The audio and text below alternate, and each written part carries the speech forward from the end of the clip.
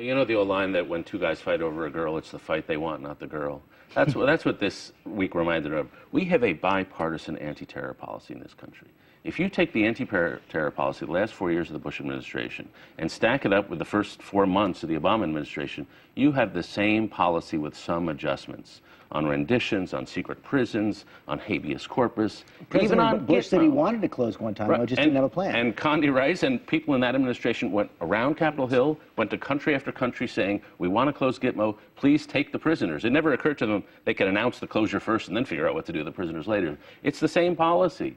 So, but nobody can admit that. Dick Cheney wants to pretend that Obama's changed the policy and is making us unsafe. Obama wants to pretend he changed from the dark days of the Bush administration. It's the same policy. Whereas the truth is, according to Professor Goldsmith, worked in the Bush administration, objected successfully to many of the Bush administration policies, he says the following: the new administration has copied most of the Bush anti-terrorism program, has expanded some of it, and has narrowed only a bit. Almost all of the Obama changes have been at the level of packaging, argumentation, symbol, and rhetoric.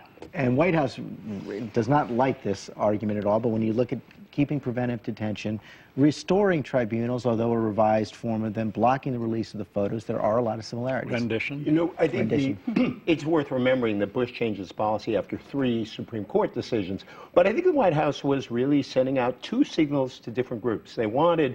They're trying to split the right, and I think they succeeded in doing that. You've got moderate conservatives like David saying, really, this is more like the Bush policy, this is a good thing. And then you've got the Cheney conservatives on the other side. And I think Cheney did Obama a huge favor by showing up, because civil libertarians and liberals have some real problems with some of these policies. The idea of unlimited detention in a constitutional republic without any due process is a real problem, and I think Obama's going to have to revisit that. He argues, and he's got a point, that there are some people who can't be tried and can't be released. Nonetheless, this is not POWs in a normal war. No one's going to come out and say of the war on terror, mission accomplished anytime soon, and I think that issue still sits out there for not just the left, as people say, but a lot of moderate civil libertarians. The other issue that seems to unite right and left on, at least in the Senate, is the issue of bringing detainees here to the United States. The president began to make the argument on Thursday, hey, wait a second, we've got hundreds of terrorists in prisons here in the United States, in supermax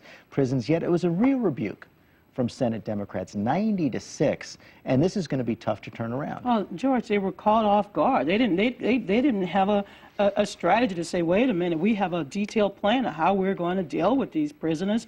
By the way, who are these prisoners? What's the crime? Will they be charged? Will they not be charged? And then, of course, we had the chorus coming from the right saying, you know, especially the talk show populists saying, not in my backyard. And now they're even having Club Gitmo T-shirts. So people are, and by the way, they probably don't come in extra large, so I won't be wearing one. But people are out there now, you know, basically going back into campaign mode. And this is all about a serious plan that the president needs to come up with what to do with these prisoners. A friend gave me a solution to this last night. California needs a bailout.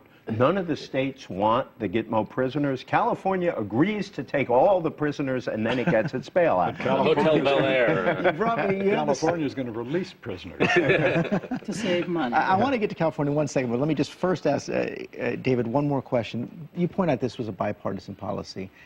Guantanamo was a bipartisan policy. How does the president get John McCain, Lindsey Graham, other Republicans back on board to bring detainees into the United States? Well, he's quoted them quite liberally in order to support that policy. The NIMBY issue is just a tough issue. My sense from the White House is they've written off that issue. They're going to find some way to have a Guantanamo II. It won't be called Maybe Guantanamo. build a military prison here in the United States here. But his essential problem is he's running a moderate George H.W. Bush foreign policy, and he can't admit it to his own base. He better start.